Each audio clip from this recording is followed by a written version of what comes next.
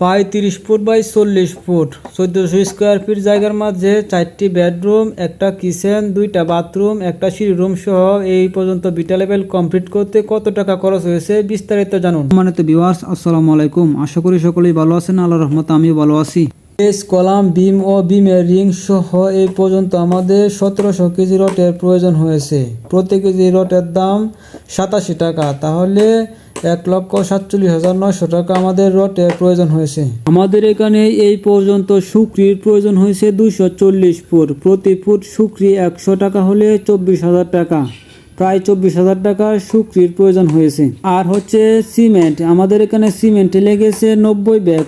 প্রতি bag cement হচ্ছে 510 টাকা, তাহলে আমাদের এখানে 45,900 টাকা প্রায় সিমেন্টের দাম। 45,900 টাকা সিমেন্টের দাম। গাঁথুনি সহ বালু, গাঁথুনি সহ বালুর প্রয়োজন হয়েছে 220 ফুট। 220 ফুট প্রতি ফুট বালু হচ্ছে 40 টাকা হলে 8,800 টাকা বালু লেগেছে। আমাদের এখানে 8,800 টাকার বালু প্রয়োজন হয়েছে। অন্যান্য খরচ, তার কাটা, তার পলিথিন সহ আমাদের অন্যান্য খরচ হচ্ছে 5,000 টাকা। 5,000 টাকার মতো খরচ হয়েছে অন্যান্য।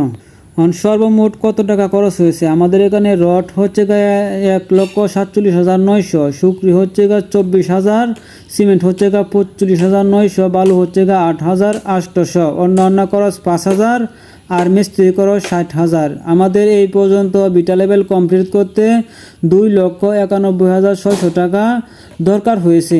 2 তলা ফাউন্ডেশন দিয়ে বিটা লেভেল কমপ্লিট করতে আমাদের এখানে 2,91,600 টাকার প্রয়োজন হয়েছে। সম্মানিত ভিউয়ার্স, ভিডিওটা ভালো লাগলে সবাই শেয়ার করে অন্যকে দেখার সুযোগ করে দিবেন। আসসালামু আলাইকুম।